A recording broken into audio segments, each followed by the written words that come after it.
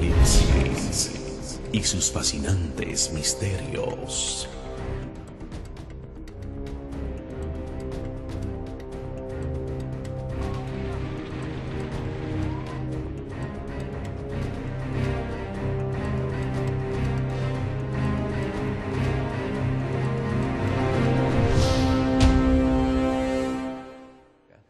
¿Qué dice la segunda ley de la termodinámica?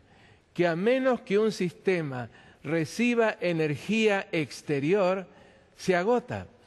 Si está en movimiento, se detiene. Si tiene temperatura, esa temperatura baja. La segunda ley de la termodinámica nos revela que desde la morada de Dios, desde su trono, como lo consignó San Juan, es desde donde llega toda la energía que mantiene el universo en funcionamiento y todos los seres vivos en capacidad de seguir sus funciones vitales. En el versículo 11, capítulo 4, el versículo 11, encontramos una declaración muy hermosa. Dice: Señor, digno eres de recibir la gloria y la honra y el poder, porque tú creaste todas las cosas y por tu voluntad existen y fueron creadas. En el cielo, mis queridos amigos, cualquier excusa es buena para comenzar un himno de alabanza. La atmósfera del cielo es una atmósfera de alabanza. Y el trono es el centro de una actividad intensísima. Y en medio de esa actividad suenan los acordes, suenan las voces de aquellos que alaban a Dios por su poder, por su amor y por la forma en que alcanza a todos los rincones de su vastísimo universo. Pero pasamos al capítulo 5, el versículo 1. Hasta este momento Juan no sabe exactamente por qué razón se le dio la visión del trono de Dios. Es cierto, él quedó muy preocupado por la visión de las 7 iglesias. En primer lugar, porque solamente 2 estaban en buenas condiciones espirituales, al punto de que no recibieron ninguna corrección ni reproche. Pero las otras 5 estaban necesitadas. Y Jesús le había dicho que esto que él le estaba transmitiendo, revelando a Juan, eran mensajes que él debía hacer llegar a esas iglesias. Pero no había forma, humanamente hablando, de que esos mensajes pudieran salir de Patmos y llegar a estas iglesias. Así que yo me lo imagino a él sentado sobre una roca, con la vista perdida en el este, pensando en Éfeso, la más cercana de todas las iglesias, y en ese momento escuchar una voz que ya había escuchado antes, la voz de Jesús, haciéndole notar que el acceso al cielo está abierto, la puerta está abierta, y de allí hay revelación, hay seguridad, hay orientación en relación a qué hacer cuando estamos en problemas. Ahora en el capítulo 5, el versículo 1, comienza Juan a entender la razón por la cual se lo llevó en visión a la morada de Dios. Su atención se concentró en el trono y vio que del trono, de esa refulgencia que no le dejaba ver al ser que estaba en el trono, salió una mano ofreciendo algo. Y dice en el verso 1, y vi en la mano derecha del que estaba sentado en el trono un libro escrito por dentro y por fuera sellado con 7 sellos. Un rollo a la usanza de los escritos de aquel entonces. Escrito por dentro y por fuera sellado con 7 fajas. Y nos dice el verso 2, y vi a un ángel fuerte que pregonaba a gran voz, ¿quién es digno de abrir el libro y desatar sus sellos? Y aparentemente no hay movimiento. Aparentemente nadie se siente capaz de tomar ese rollo que evidentemente es de enorme trascendencia para los habitantes de este planeta. Y San Juan, con una profunda preocupación, deja escapar lágrimas, pero se le acerca a uno de los ancianos y le dice en el verso 5, no llores, hay alguien. ¿Quién es ese alguien? He aquí el león de la tribu de Judá, la raíz de David, ha vencido para abrir el libro y desatar sus sellos. Y ahora San Juan se dio vuelta para ver ese león. y para su gran sorpresa se encontró con un cordero como inmolado, que precisamente por haber dado su vida por la humanidad, pudo tomar ese rollo y comenzar a desatar sus sellos. Dice el versículo 7, vino y tomó el libro de la mano derecha del que estaba sentado en el trono. Y nadie, absolutamente nadie, le objetó el derecho de hacerlo. Todo el cielo prorrumpe en una alabanza hermosísima que ocupa todo el resto del capítulo 5. Y ahora, interesado San Juan en lo que habría de mostrársele, vio cómo Jesús rompía uno de los sellos. Capítulo 6, versículo 1. Vi cuando el Cordero abrió uno de los sellos y oí a uno de los 4 seres vivientes decir con voz de trueno, sal fuera. Y usted dice, pero mi Biblia dice, ven y mira. Pero manuscritos de mayor autoridad tienen la expresión, sal fuera. ¿Y qué fue lo que vio? Un caballo blanco y el que lo montaba tenía un arco y le fue dada una corona, salió venciendo y para vencer. Este es el período correspondiente a la iglesia de Éfeso. ¿Recuerdan ustedes? La iglesia del siglo apostólico, la iglesia que pudo resistir exitosamente todos los intentos de Satanás por penetrarla con doctrinas equivocadas. Pudo detectar a los nicolaitas y pudo mantenerse firme en todo aspecto de la verdad revelada. No hubo compromiso alguno con ninguna de las herejías que estaban pugnando, casi todas ellas a partir de la filosofía griega, para penetrar dentro de la iglesia. Cuando abrió el segundo sello, oía al segundo ser viviente que decía, sal fuera. Estoy leyendo ahora en el capítulo 6 los versos 3 y 4. Y salió otro caballo, pero el color cambió, bermejo. Y al que lo montaba le fue dado poder de quitar de la tierra la paz y que se matasen unos a otros, y se le dio una gran espada. El color del dragón bermejo, comenzó a teñir doctrinalmente a la iglesia de Esmirna. Pero ese color rojo también corresponde a sangre, porque en ese tiempo comenzó a surgir la sinagoga de Satanás. Nada tiene que ver con los judíos, es simplemente una organización que Satanás iba a tratar de implantar en la iglesia, y la encontramos actuando hasta la iglesia de Filadelfia y seguramente después, porque es el mismo sistema político-religioso del que nos hablan con tanta claridad Daniel capítulo 7 y Apocalipsis 13.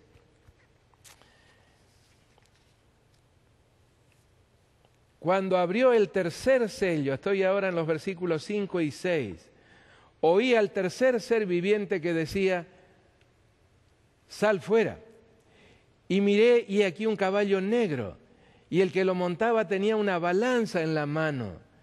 Y oí una voz de en medio de los 4 seres vivientes que decía, 2 libras de trigo por 1 denario y 6 libras de cebada por 1 denario, pero no dañes el aceite ni el vino.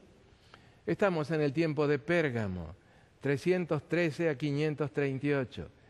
¿Qué significaba ese color negro? La introducción de oscuridad dentro de la iglesia, apostasía naciente, desarrollándose a través del período al cual acabo de hacer referencia. ¿Y qué significa eso de que el jinete tenía una balanza en la mano? La atribución de decidir qué es lo que debe creerse y qué es lo que debe rechazarse. Comienzan a surgir los primeros conatos de dogmas dentro de la iglesia. Y los precios que se dan de estos alimentos básicos, el trigo y la cebada, son totalmente abusivos. ¿Y qué significan el trigo y la cebada? Pues la palabra de Dios e instrucción basada en la palabra de Dios. Habría de ser muy difícil de conseguir esta instrucción del cielo, pero Dios prometió que el vino y el aceite no serían dañados. ¿Qué representa el aceite? La obra del Espíritu Santo. ¿Y qué representa el vino? La eficacia de la sangre de Cristo ministrando por nosotros en el santuario celestial. Llega el momento en que se abre el cuarto sello y estamos ahora en los versículos 7 y 8. Cuando abrió el cuarto sello, oí la voz del cuarto ser viviente que decía: sal fuera. Miré, dice San Juan, y he aquí un caballo amarillo, y el que lo montaba tenía por nombre Muerte, y el Hades le seguía. Y le fue dada potestad sobre la cuarta parte de la tierra para matar con espada, con hambre, con mortandad y con las fieras de la tierra. Apostasía total. Es el período de Tiatira, 538 a 1517, cuando la iglesia cristiana, en plena apostasía, se sumió en los horrores de la Inquisición y de la persecución de aquellos que trataban de ser fieles al Señor. Cuántas páginas ensangrentadas nos llegan de aquellos días. El color del caballo ya estaba sugiriendo muerte. Y además el jinete era la muerte y se lo presenta al sepulcro, el Hades, la tumba con la boca abierta como siguiendo al caballo. Y se habla de mortandad por falta de alimento, se habla entonces de muerte y finalmente de la acción de las fieras de la tierra. Y ahora llegamos a una escena muy extraña, un lenguaje figurado al extremo en la descripción del quinto de los sellos. ¿Qué nos dice este pasaje? Cuando abrió el quinto sello, vi bajo el altar las almas de los que habían sido muertos por causa de la palabra de Dios y por el testimonio que tenían. Y clamaban a gran voz diciendo, captamos perfectamente el simbolismo, el carácter figurado de la descripción, a gran voz diciendo: ¿hasta cuándo, Señor santo y verdadero, no juzgas y vengas nuestra sangre en los que moran en la tierra? Y se les dieron vestiduras blancas, y se les dijo que descansasen todavía un poco de tiempo hasta que se completara el número de sus consiervos y sus hermanos que también habían de ser muertos como ellos. ¿Y en qué momento colocamos este quinto sello? ¿Después de 1517? No, evidentemente aquí no tenemos un momento específico. Está hablando de todos los que murieron simplemente por odio de aquellos que trataban de apartarlos de Cristo sin lograrlo. Y encontramos en los mensajes a las 7 iglesias 3 momentos de tribulación, 3 momentos de persecución. Y aquí este reclamo de venganza de parte de los muertos, sabemos que los muertos nada saben. Esta doctrina de origen griego, me refiero a la inmortalidad del alma, no tiene asidero ninguno en la palabra de Dios. Estos aparecen reclamando venganza. Es un lenguaje muy parecido al que encontramos en Génesis, el capítulo 4, donde Dios le dice a Caín: la sangre de tu hermano Abel clama a mí desde la tierra.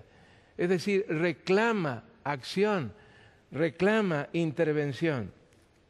¿Cuáles fueron esos momentos de persecución? Bueno, en primer lugar, escuchamos en este clamor de las almas que estaban debajo del altar. Miren, si murieron como mártires y realmente la inmortalidad del alma fuera un hecho, deberían estar en el cielo, pero aquí se los ve debajo del altar de los holocaustos, aquí en la tierra. El primero de estos momentos de persecución fue el de los que fueron masacrados por el Imperio Romano en su fase pagana. Fueron 10 persecuciones que sumaron 70 años en total, de los años 64 al 313.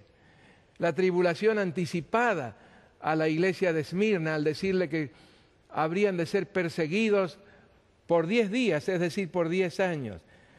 Pero también la certeza de que quien es fiel hasta la muerte recibirá la corona de la vida. El segundo es el clamor de los que padecieron el martirio perseguidos durante los 1260 años por el Imperio Romano presuntamente cristiano. Me refiero al período que ya hemos mencionado, de los 1260 años del año 538 a 1798. Período reiteradamente repetido en Daniel capítulo 7, verso 25, capítulo 12, versículo 7, en Apocalipsis el capítulo 11, el versículo 3, también el versículo 2, en Apocalipsis 12, el versículo 6 y el versículo 14, y en Apocalipsis 13, el versículo 5. Muchos otros pasajes se refieren a lo mismo, especialmente en los mensajes a las iglesias de Pérgamo, de Tiatira, y en los sellos 3 y 4. Y el tercero de los clamores es el de los que todavía habrán de experimentar, y en grado sumo, la intolerancia y persecución de la triple alianza, referida en Apocalipsis 16, los versículos 13 y 14, y como constituida por agencias demoníacas, 3 agencias demoníacas, 3 espíritus inmundos a manera de ranas, que salen de la boca del dragón y de la boca de la bestia y del falso profeta. No otra cosa, nos dice el pasaje, que espíritus de demonios que hacen señales y van a los reyes de la tierra en todo el mundo para reunirlos a la batalla de aquel gran día del Dios Todopoderoso, en el lugar que en lengua hebrea se llama Armagedón. Esta tercera tribulación también está anticipada en varios otros pasajes. No los voy a mencionar, pero están en el capítulo 3, en el capítulo 5, en el 11, el 12, el 13, el 16, el 17, el 18 del Apocalipsis. Esta misma triple alianza que acabo de mencionar en el capítulo 16, los versos 13 y 14, es referida en Apocalipsis capítulo 2, versículo 20 como Jezabel, la gran ramera de la cual han fornicado los reyes de la tierra, y los moradores de la tierra se han embriagado con el vino de su fornicación. Acabo de citar del capítulo 17, los versículos 1 y 2. Se la describe como una mujer sentada sobre una bestia escarlata, llena de nombres de blasfemia, que tenía en su mano, que tenía 7 cabezas y 10 cuernos. Se la describe como una mujer que estaba vestida de púrpura y escarlata y adornada de oro, de piedras preciosas y de perlas, y que tenía en la mano un cáliz de oro lleno de abominaciones y de la inmundicia de su fornicación. Y en el versículo 4 del mismo capítulo 17, una mujer que en su frente ostentaba un nombre escrito, un misterio, Babilonia la Grande, la madre de las rameras y de las abominaciones de la tierra. En el versículo 6, una mujer ebria de la sangre de los santos y de la sangre de los mártires de Jesús. En el verso 9, una mujer sentada sobre 7 montes, que es lo mismo que sobre muchas aguas, como aparece en el verso 1. O sobre una bestia escarlata llena de nombres de blasfemia, que tenía 7 cabezas y 10 cuernos, en el verso 3. O sobre pueblos, muchedumbres, lenguas, naciones, en el versículo 15. Y que terminará, como ya lo hemos mencionado, en la respuesta a una pregunta, desolada, desnuda, devorada y quemada con fuego, como lo consigna el verso 16. Esa mujer que has visto es la gran ciudad que reina sobre los reyes de la tierra. Capítulo 17, el versículo 18. Esta alianza es también descrita como la gran Babilonia, habitación de demonios y guarida de todo espíritu inmundo y albergue de toda ave inmunda y aborrecible, en el capítulo 18 y el verso 2. Con ellas, nos dice el versículo 3, todas las naciones beben del vino del furor de su fornicación, y todos los reyes de la tierra fornican con ella, y todos los mercaderes de la tierra se enriquecen de la potencia de sus deleites. El verso 23 habla de tus mercaderes, que son los grandes de la tierra. El verso 7, con ella fornican los reyes de la tierra y con ella viven en deleites. En el versículo 7, está sentada como reina, y a pesar de que su relación con el esposo hace mucho que se rompió, su relación con Cristo Jesús, ella se proclama, no soy viuda. En el verso 7, claro, Jezabel puede decirlo, porque tiene muchos amantes, según el capítulo 2, los versículos 20 al 22, símbolo de su alianza adúltera con los poderes políticos y religiosos del mundo. Por otro lado, es evidente que a esta mujer le está yendo bien con las finanzas, Dice el capítulo 18, versículo 16, la gran ciudad está vestida de lino fino, de púrpura y de escarlata, y adornada de oro, de piedras preciosas y de perlas. Es que controla con grandes beneficios los 28 productos que aparecen mencionados como la totalidad de las actividades económicas del siglo I, en el versículo 12 y el versículo 13. El versículo 14 habla de su control de todas las cosas exquisitas y espléndidas. En una palabra, en el versículo 17, tantas riquezas, resultado de sus hechicerías que engañan a todas las naciones, versículo 22. Su actividad financiera, como lo anticipa la profecía, habrá de incrementarse enormemente a medida que la historia humana se esté aproximando a su conclusión, al punto de que alcanzará el control mundial sobre todas las finanzas mundiales. Allí en el capítulo 11 de Daniel se menciona que extenderá su mano contra las tierras y no escapará el país de Egipto, que ya para ese pasaje es símbolo del mundo entero, y se apoderará de los tesoros de oro y plata y de todas las cosas preciosas de Egipto. Repite lo anterior, es decir, todo el movimiento financiero mundial. Y los de Libia, símbolo de los países subdesarrollados o países tercermundistas, y de Etiopía, le seguirán. Etiopía como símbolo de los países desarrollados o primermundistas, en Daniel 11, 42 y 43. ¿Cómo es que habrá de lograr semejante control financiero? Lo menciona el capítulo 11, el versículo 30. Lo hará con la ayuda de una nación muy poderosa, la nación de los que abandonen el santo pacto. Se entenderá con ellos, con estos apóstatas.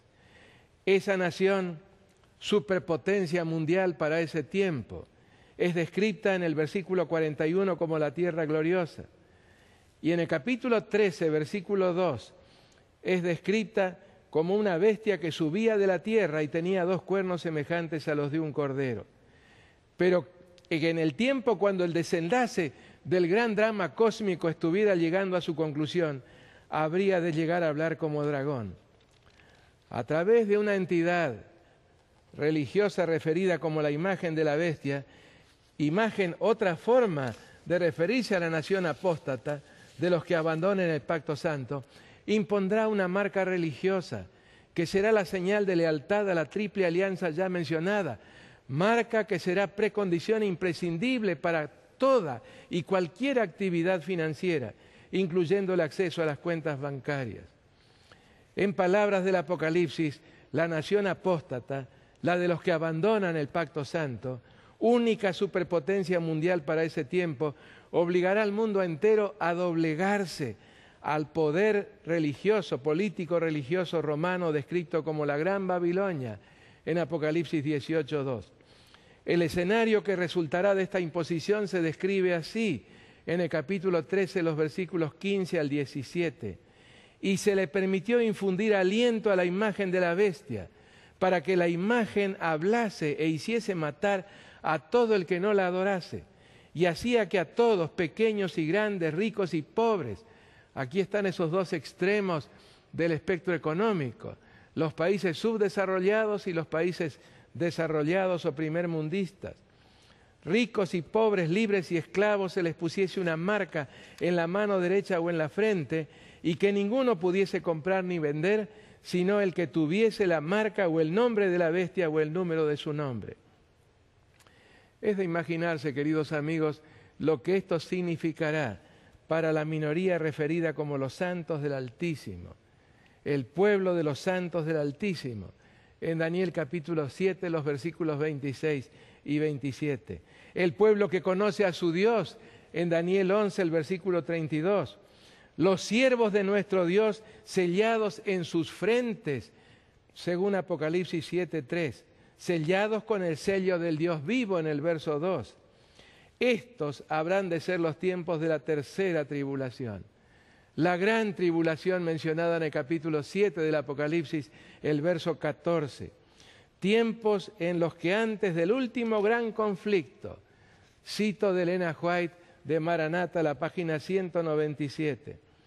Antes del último gran conflicto, muchos serán encarcelados Muchos huirán de las ciudades y los pueblos para salvar su vida, y muchos otros soportarán el martirio por amor de Cristo al levantarse en defensa de la verdad. El clamor de los mártires de la tercera tribulación, así como el clamor de los muertos en las otras tribulaciones, también llegará a los cielos, y el sacrificio de su pueblo será vengado por aquel por quien dieron su vida, es decir, por Cristo Jesús. Y en esa venganza habrá una marca de la bestia, y tendrán que beber el vino de la ira de Dios, que ha sido vaciado puro en el cáliz de su ira, según Apocalipsis 14, el verso 10. Sobre ellos serán derramadas las 7 copas de oro llenas de la ira de Dios, según Apocalipsis 15, 7. Las 7 plagas postreras, según el verso 6. Si a todo lo que antecede, todo lo que acabo de mencionar, se suma que resultará más comprometedor aún para la gran Babilonia, la mujer ebria de la sangre de los santos y de la sangre de los mártires de Jesús, según Apocalipsis 17, 6. Será precisamente que en ella se hallará la sangre de los profetas y de los santos y de todos los que han sido muertos en la tierra, según Apocalipsis 18, 24. Resulta claro, queridos amigos, que Dios no va a continuar tolerando por mucho tiempo más semejantes atropellos, como lo hacen notar estos 2 capítulos. A través de un poderoso ángel, Dios declara llegado en todo el planeta el fin de su paciencia y misericordia, llegado el tiempo de la venganza final y culminante, reclamada por los mártires de las 3 tribulaciones. Sin embargo, Dios no pondrá en ejecución el ministerio de su ira sin advertencia, todas ellas contenidas en la 7ª trompeta. ¿Cuál es esa advertencia? Un poderosísimo anuncio que reverberará por toda la tierra, proclamando la caída final de esa triple alianza del dragón, que significa el paganismo, el espiritismo, de la bestia, ese sistema político religioso romano, y del falso profeta, el protestantismo apóstata, especialmente el de este país, según las profecías. Y el mensaje será, lo estoy leyendo de Apocalipsis 14, 8, ha caído Babilonia, la gran ciudad, porque ha hecho beber a todas las naciones del vino del furor de su fornicación. Y en la proclama del capítulo 18, que se inicia en el versículo 1 con estas palabras, vi descender del cielo otro ángel.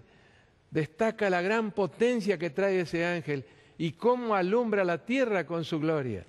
Y el mensaje que proclama en los versos 2 y 3, ha caído la gran Babilonia y se ha hecho habitación de demonios y guarida de todo espíritu inmundo y albergue de toda ave inmunda y aborrecible, porque todas las naciones han bebido del vino del furor de su fornicación. Y los reyes de la tierra han fornicado con ella, y los mercaderes de la tierra se han enriquecido de la potencia de sus deleites. Y entonces la gran invitación: salid de ella, pueblo mío, para que no seáis partícipes de sus pecados, ni recibáis de sus plagas, porque sus pecados han llegado hasta el cielo, y Dios se ha acordado de sus maldades. La descripción anticipada del castigo aparece en el capítulo 17 con estas palabras, y el 18, tormento, llanto, sus plagas, muerte, llanto y hambre, incineración con fuego en el verso 8, el humo de su incendio, los versos 9 y 18, y la orden divina: pagadle doble según sus obras, en el cáliz en que ella preparó bebida, prepararle a ella el doble. Esto último es una sentencia que Dios no pronunció sobre ninguna otra nación en toda la historia, a pesar de todo lo que la Roma pagana hizo, a pesar de la nación en la cual se dio lo que hoy llamamos el Holocausto. En un solo día, en media hora, dicen distintos versículos, en una sola hora vendrá su castigo. ¿Tiempos proféticos estos periodos? No, sino tan solo referencias, todas ellas a un tiempo muy breve. ¿Qué tiempo? el tiempo de las plagas finales registradas en el capítulo 16. Sí, 3 tribulaciones. Y como es lógico, 3 ayes. Allí están en el capítulo 8, el versículo 13, esos 3 ayes. Y rezan así. Capítulo 8, el versículo 13. Y miré y oí a un ángel volar por en medio del cielo diciendo a gran voz, ¡ay, ay, ay! De los que moran en la tierra, a causa de los otros toques de trompeta que están para sonar los 3 ángeles. El primer ay cayó sobre el imperio romano, y ese imperio romano fue destruido por las huestes de tribus germánicas del centro de Europa en el año 476. El imperio romano de Oriente cayó por el embate de las fuerzas musulmanas en el año 1453. El segundo ay cayó sobre la Roma que tanto persiguió durante los 1260 años en 1798. Y el tercero, futuro todavía, caerá sobre Babilonia a través de las plagas. Ahora, de un simbolismo extremo, un lenguaje altamente figurado como el que aparece en la quinta o en el quinto de los sellos, pasamos al sexto sello y nos encontramos con un lenguaje totalmente literal. Empezando del verso 12. Estoy en el capítulo 6, el verso 12. Dice, miré cuando abrió el sexto sello, y he aquí que hubo un gran terremoto, y el sol se puso como saco de cilicio, y la luna se volvió toda como sangre, y las estrellas del cielo cayeron sobre la tierra como la higuera deja caer sus higos cuando es sacudida por un fuerte viento. Y el cielo se desvaneció como un pergamino que se enrolla, y todo monte y toda isla se removió de su lugar. Señales telúricas, señales siderales. Y nos hacía falta un lenguaje literal, porque no hay ninguna pista, absolutamente ninguna pista cronológica en los 5 sellos previos. Solamente pudimos indicar algunas fechas de los primeros 4 sellos sobre la base de su relación con las 7 iglesias. Pero ahora tenemos hechos concretos que habrían de comenzar a verse muy cerca del momento en que terminaran los 1260 años. Cuando hablamos del terremoto, es el gran terremoto de Lisboa. Ese sábado 1 de noviembre del año 1755, a las 9:30 de la mañana. No voy a ocupar tiempo en describirlo, son muchas las descripciones, y en cualquier libro de geología, ustedes pueden buscar el capítulo de la sismología, el capítulo dedicado a los terremotos, y van a encontrarse con una lista de terremotos históricos, que fueron los que más daño causaron, y generalmente van a encontrar que encabeza la lista el terremoto de Lisboa. ¿Cuántos murieron en esa ocasión? No menos de 100.000 personas. Pero fue un terremoto que sacudió toda Europa, se lo sintió hasta en los Urales. Dios quiso que esta señal fuera claramente percibida. Los lagos de la península escandinava se agitaron violentamente por el terremoto. Ciudades en el norte de África como Fez y Marrakech totalmente destruidas.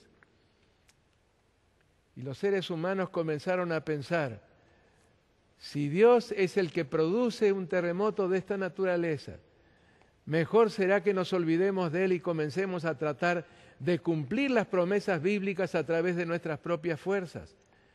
Pero hubo otros que al captar la magnitud, el momento del terremoto, se convencieron de que ese terremoto tarde o temprano iba a ser seguido por la segunda señal. Y sí, la segunda señal ocurrió 25 años más tarde.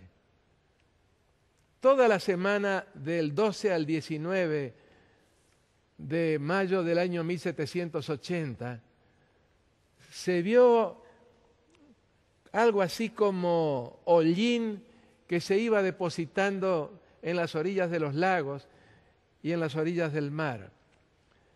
La oscuridad se fue haciendo más y más intensa hasta que el viernes 19 de mayo ocurrió lo que en la historia se conoce como el día oscuro. Ustedes me dirán, bueno, si hubo hollín, probablemente fue el resultado de algún gran incendio, o tal vez de alguna erupción volcánica en algún lugar de la Tierra. Pero se hicieron muchas investigaciones para tratar de encontrar alguna explicación a ese hollín. Estados Unidos experimenta muchos incendios forestales y sin embargo nada de esto se ve. Una nube de 40.000 kilómetros cuadrados, más de la mitad de mi provincia allí en Argentina, la provincia de Entre Ríos, que fue avanzando lentamente sobre el noreste de los Estados Unidos. Y los que estudiaban las profecías, y eran muchos los que estaban estudiando las profecías precisamente en esos lugares, dijeron, aquí no hay ninguna razón para dudar de que esta es la segunda de las señales. Muchas cosas interesantes ocurrieron en relación a lo mismo. Pasaron entonces 53 años y se produjo la tercera de las señales. Una lluvia meteórica fantástica en la noche del miércoles 12 al jueves 13 de noviembre del año 1833. Para estos fenómenos se han tratado de encontrar explicaciones. Por ejemplo, en el caso del día oscuro, el astrónomo Herschel, Wilhelm Herschel, astrónomo alemán, consignó este día pasado a la historia sin que filosofía alguna pueda explicarlo. No era solamente sin que ciencia pudiera explicarlo, sin que filosofía alguna pudiera explicarlo. Pero por supuesto quienes estudiaban la palabra de Dios captaron perfectamente en la secuencia, en la magnitud, en el tiempo y especialmente para aquellos que estaban buscando orientación acerca de los tiempos en las profecías, captaron perfectamente que eran las señales indicadas por el cielo. Desde 1833 no hemos tenido ninguna otra señal de las indicadas bajo el sexto sello.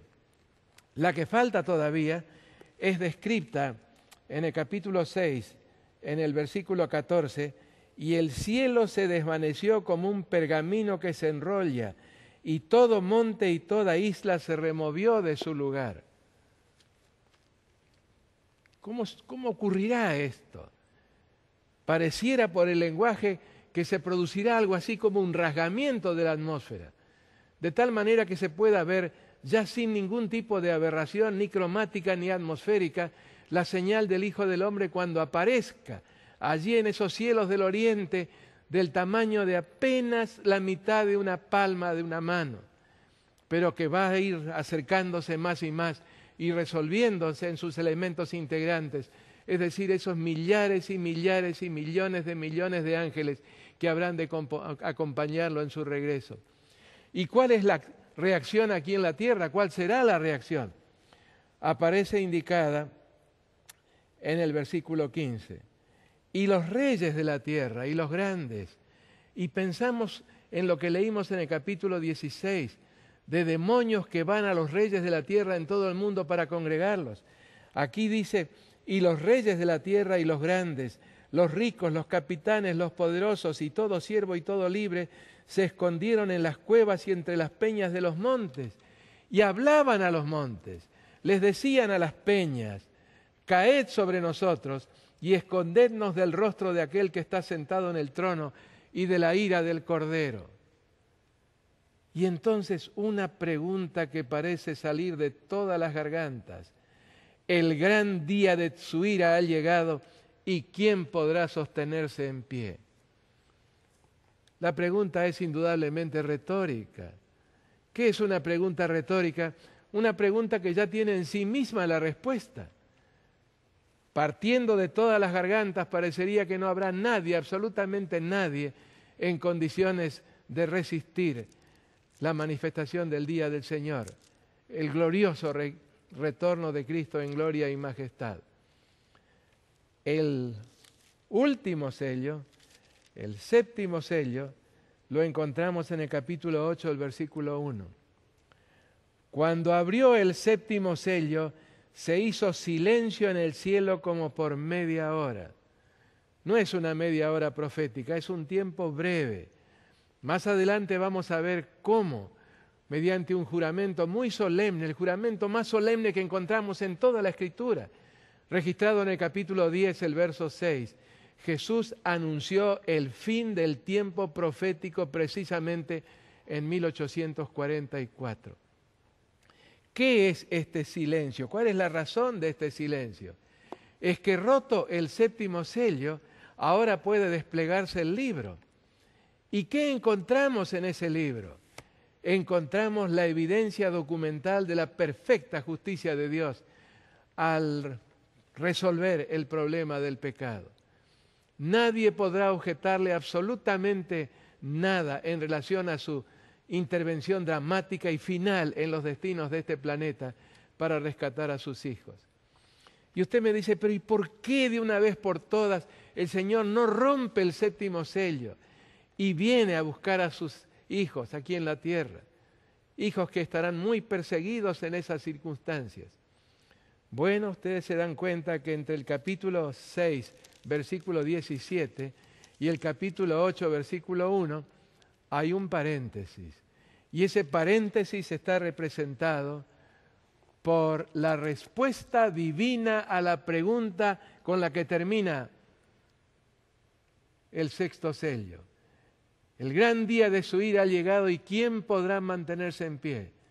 El Señor contesta, habrá quienes estarán en pie, que estarán saludando la venida de mi Hijo con profundo gozo, con enorme emoción.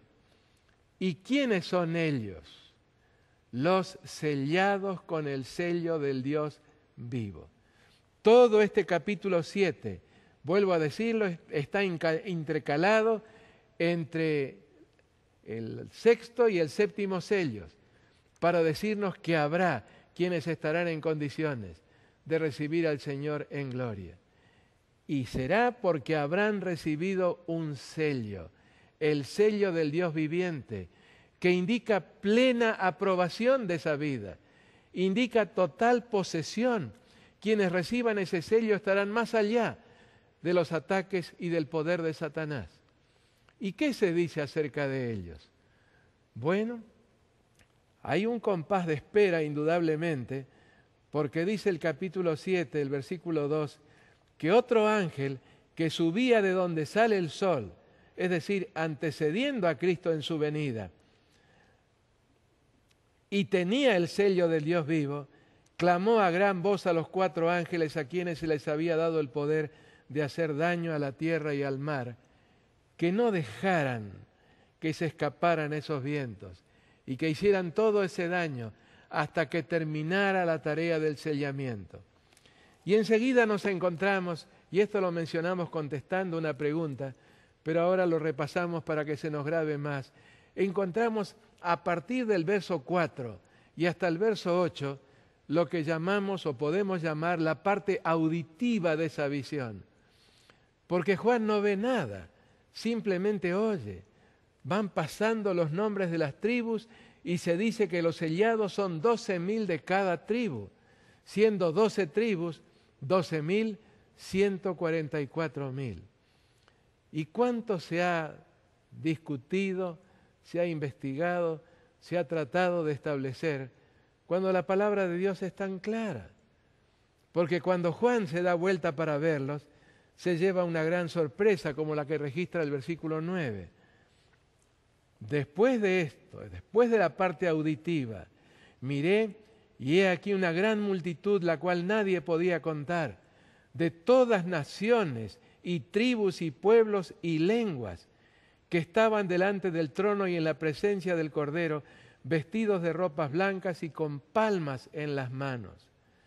Y clamaban a gran voz diciendo, la salvación pertenece a nuestro Dios, que está sentado en el trono y al Cordero. Y aquí se menciona una acción de adoración y alabanza después de esta exclamación. Pero San Juan sigue sin entender quiénes son, cómo se puede armonizar. Por un lado, 144.000 y por otro lado una muchedumbre que nadie podía contar. Y en esas circunstancias se le acerca uno de los 24 ancianos, según dice el verso 13. habló conmigo diciéndome, estos que están vestidos de ropas blancas, ¿quiénes son? ¿Y de dónde han venido?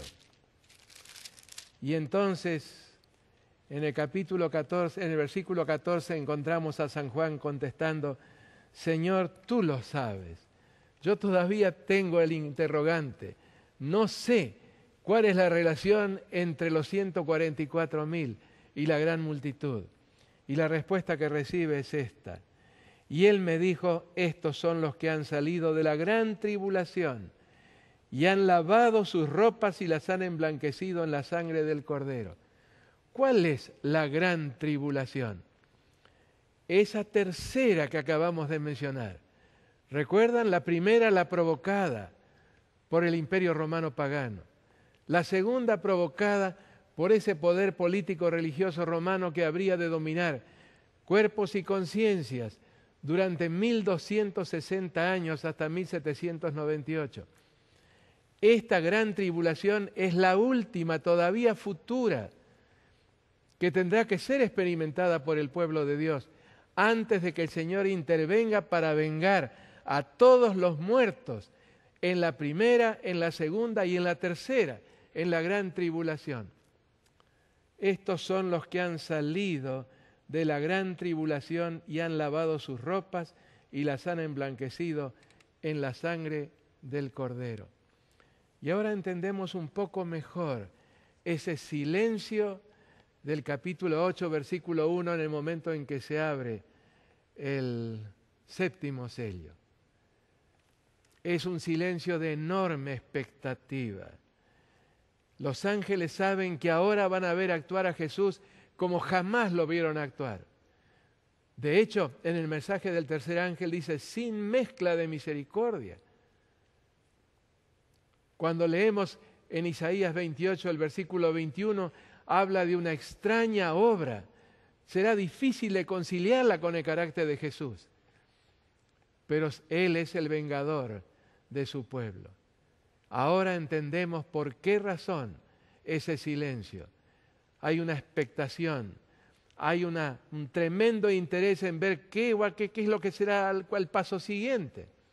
Y recuerdan que preguntamos hace un momento, ¿por qué no rompe de una vez por todas el Señor ese sello y despliega esa evidencia documental de la perfecta justicia de Dios?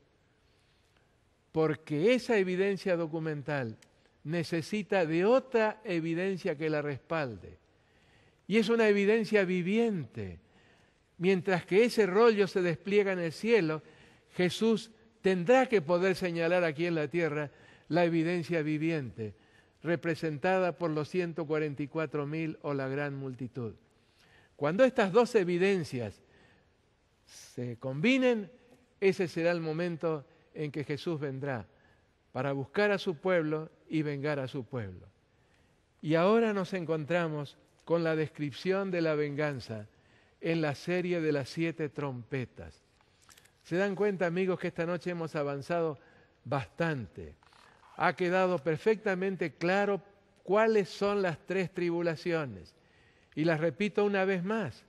La provocada por el Imperio Romano pagano, como consecuencia de la cual murieron unas 5.000 personas, cristianos, por el solo hecho de confesar a Jesús y no aceptar las imposiciones del imperio pagano. Viene entonces la segunda tribulación, mucho más prolongada, 1260 años. Y los que fueron muertos en ese largo periodo, los cálculos más conservadores indican que no menos de 50 millones de mártires derramaron su sangre, precisamente bajo este sistema que pretendía representar a Dios aquí en la tierra. Y la tercera es la que todavía nos aguarda en el futuro. Todavía tendremos el privilegio de sellar nuestra fe con nuestra sangre en el martirio. Y usted me dice, ¿todos los cristianos? No todos, pero a los que el Señor les conceda ese privilegio y al mismo tiempo la capacitación para hacer frente al martirio, de tal manera que puedan dar su vida con gozo, cantando, extendiendo invitaciones todavía a aquellos que no han entregado sus vidas al Señor o no han conocido el mensaje. ¿Y qué encontramos entonces en la serie del gran vengador, la serie de las 7 trompetas? Miren en el capítulo 8, el versículo 2. Y vi a los 7 ángeles que estaban en pie ante Dios y se les dieron 7 trompetas. Hasta ahí muy claro. Viene el verso 3. Otro ángel vino entonces y se paró ante el altar con un incensario de oro. Nadie puede ofrecer incienso sino solamente nuestro gran mediador, Cristo Jesús, nuestro intercesor en el santuario celestial. Y se le dio mucho incienso para añadirlo a las oraciones de todos los santos sobre el altar de oro que estaba delante del trono. Y de la mano del ángel subió a la presencia de Dios el humo del incienso con las oraciones de los santos. Y el ángel tomó el incensario y lo llenó del fuego del altar y lo arrojó a la tierra, y hubo truenos y voces, relámpagos y un terremoto.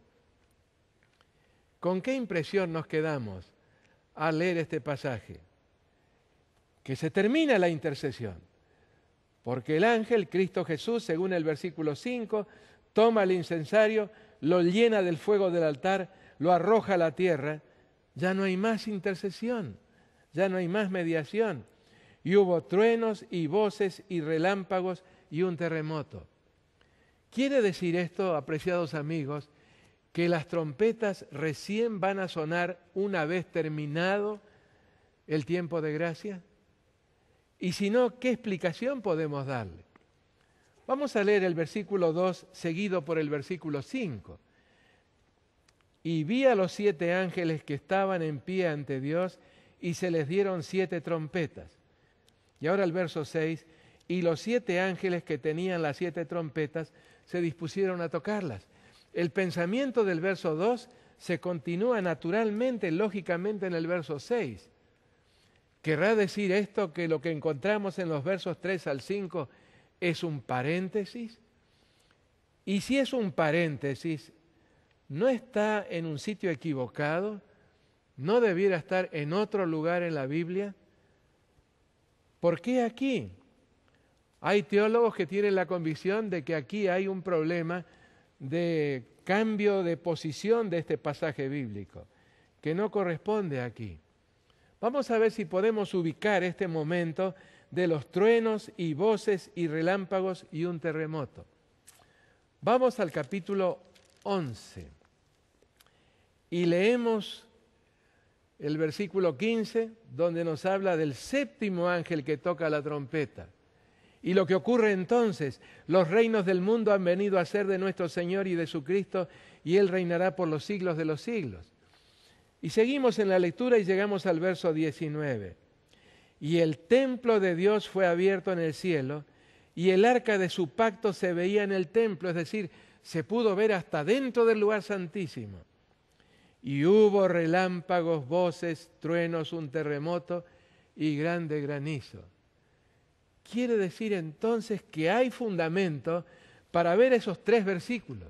En el capítulo 8, los versículos 3 al 5, como pertenecientes o como anticipando lo que habría de ocurrir cuando terminara el ciclo de las 7 trompetas de la venganza. Pero entonces, ¿por qué está allí? Justamente al comienzo de las trompetas. Está allí por la sencilla razón de que las escenas descritas bajo las trompetas son tan duras.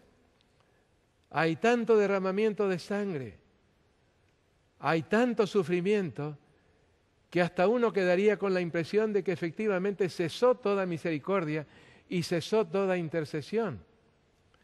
Pero al contrario, el hecho de que se añadiera mayor incienso todavía al incensario, nos está indicando que, lejos de terminar la intercesión de Cristo, habría de incrementarse notablemente durante el tiempo de las 7 trompetas.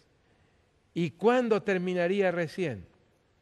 El versículo 19, que concluye la descripción de la 7ª trompeta, lo dice con toda claridad. El templo de Dios fue abierto en el cielo y el arca de su pacto se veía en el templo.